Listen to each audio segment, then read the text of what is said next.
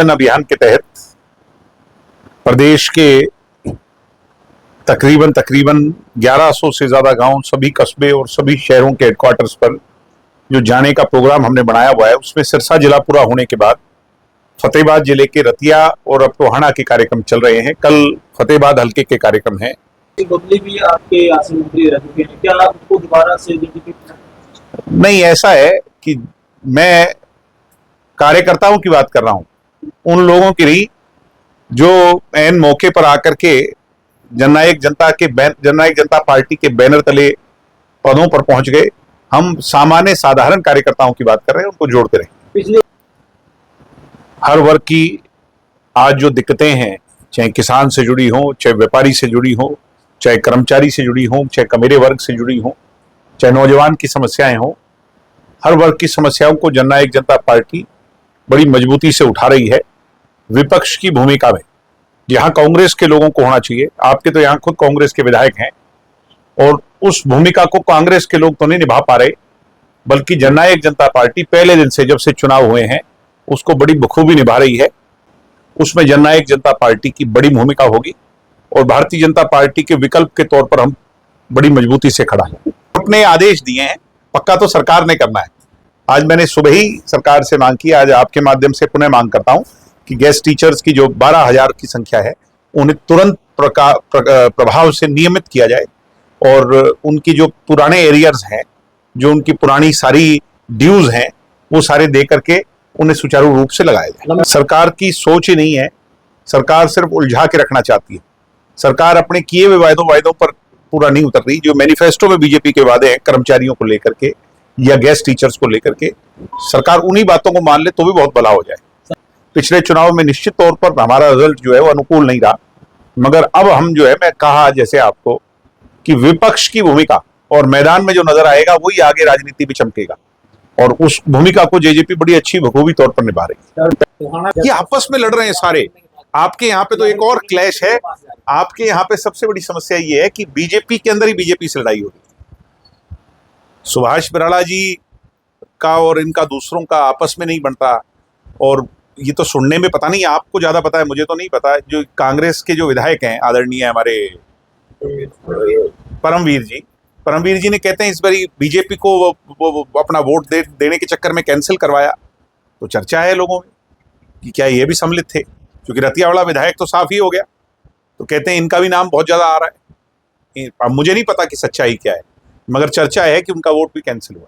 Petrol और diesel जो है, ये सरकार की बेकायदगियां, सरकार की गलत पॉलिसियां, उसके कारण बढ़ रहे हैं। हमारा रिजर्व कितना है? एक तरफ मोदी जी, जब ये लड़ाई शुरू हुई तो मोदी जी कह रहे थे हमारे लोगों को चिंता करने की 1 साल भर भी जरूरत नहीं है, और फिर कुछ ही दिनों के बाद 7 रुपए से ज्यादा तेल के दाम बढ़ाने का काम इन लोगों ने किया। यानी ये साफ दर्शा रहा है कि ये लोग तैयार नहीं थे इतने बड़े क्राइसिस, और क्राइसिस अभी तो और गहरा रहा है जो सुनने में आ रहा है। तो कल को ये दाम और बहुत ज्यादा बढ़ जाएंगे तो इसकी चोट जो है वो सबसे ज्यादा गरीब और मिडिल क्लास पर पड़ेगी। ये तो आए ना आए, मगर सरकार की प्रिपरेशन क्या है, सरकार की तैयारी क्या है? सरकार की तैयारी नहीं।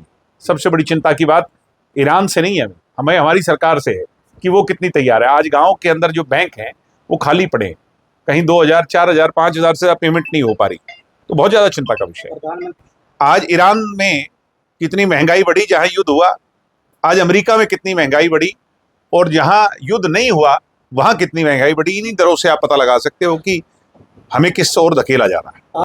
अगले 3 साल एक भी दिन हम घर नहीं बैठेंगे, जनता के सरोकार से जुड़े मुद्दों पर लोगों के बीच में उठाएंगे। सर, प्रदेश के मुख्यमंत्री साइकिल पर दिखाई देते हैं, क्या वो प्रोपेगेंडा करते हैं, ड्रामा करते हैं? आगे साइकिल चलाते हैं, पीछे गाड़ियों का काफिला चल रहा होता है। ये सब प्रोपेगेंडा है, लोगों को भटकाना है। मूल मुद्दे क्या हैं, उनसे भटकाने का यार। ऐसा लोग कहते हैं कि परिवार एक हो जाए तो बहुत फायदा हो जाएगा।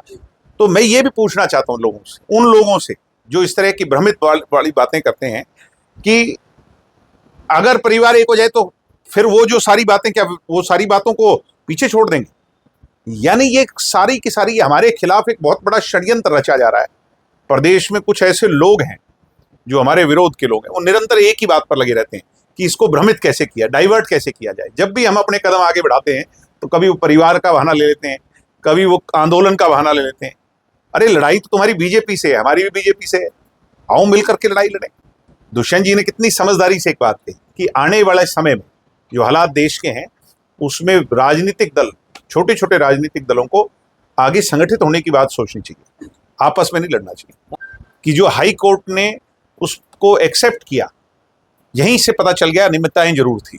नहीं तो हाई कोर्ट में इस लेवल के मामले सेशन कोर्ट में जाते हैं, हाई कोर्ट में नहीं जाते।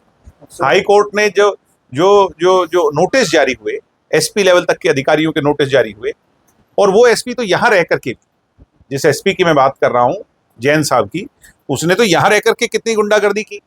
आपको पता है यहां रतिया के अंदर कितने लोगों पर झूठे मुकदमे दर्ज किए, उन पर भी उनमें एफआईआर में नाम तक भी आया।